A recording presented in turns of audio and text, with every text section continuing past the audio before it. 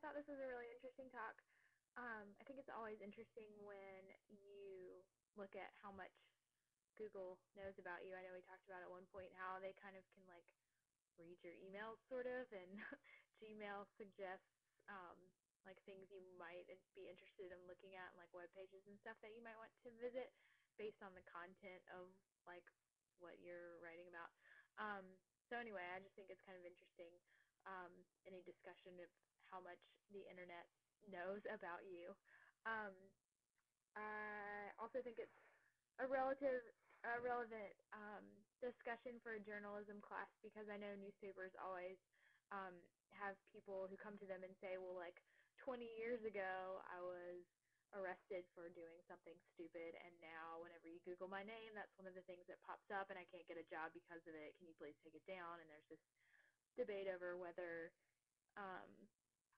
it's okay to take those things down when it's like 20 years later and it's keeping somebody from getting a job and that kind of thing. So, interesting debate to participate in. Sorry, I moved my computer around. I got a little blurry. Um, One thing, I don't think he came up with all these suggestions for how we could make information go away after a time period or something like that, and um, I don't think that a lot of them really would work, because you can make it so that information goes away on the internet, but that doesn't mean it doesn't exist somewhere. So, like, for example, I was doing this story for an internship that I did um, about a guy who was running for um, school board somewhere. Maybe he was running for superintendent of public schools. I can't remember. Um, but he had on his MySpace page that he was a member of the high school pot smokers club, and I think it was supposed to be a joke. And he took it down not long after we found it, but we took a screenshot of it, saved it, and then when we did like a blog post about it or something, and when we did the blog post, we posted the screenshot since we couldn't link to anything anymore.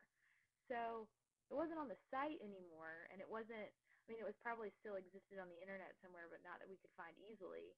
But we had a screenshot of the page. So even if he could have wiped it completely from the internet, we still had it. So, as long as there's like somebody paying attention to this kind of thing, there's a lot of stuff you just can't make go away. Um, so these are interesting things to discuss. I will see you guys tomorrow.